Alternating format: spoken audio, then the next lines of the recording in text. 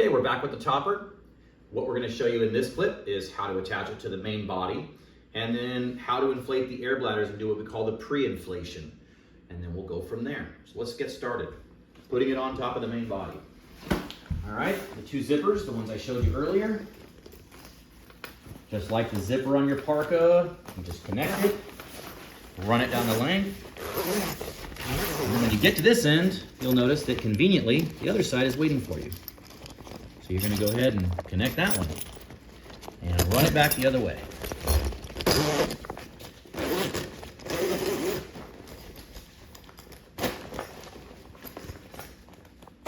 Okay, that's that. Now, we're gonna show you the pre-inflation part, okay? So, I'm gonna grab my pump, and I'm gonna inflate this thing for you. Okay, we're not gonna show you inflating all 5 bladders because it's just one after the other, the exact same procedures. Just gonna show you the first one. We installed the bladder, and if you look right about there, you can see where that roll is waiting for us. Okay, I'm gonna show you how this works. You simply take your pump. This is one that we do sell if you wanna go ahead and grab it from us, but any shop vac or high volume air pump will do the job, whatever you've got. Okay, so here it is. You go ahead and inflate. Watch that roll.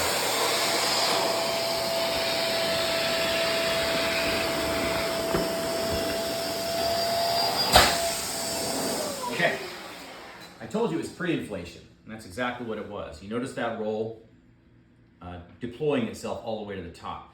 That feature is what allows for a field repair if it's needed. We'll get to that in a later segment. But it's also a demonstration of how the 10-foot bladder fits well within an 8-foot structure because it just simply stops unrolling when it hits that topper we showed you earlier, okay? We're gonna show you the next step of this process, and we're not gonna do the rest of these. I'll do them off camera. We'll show you the next.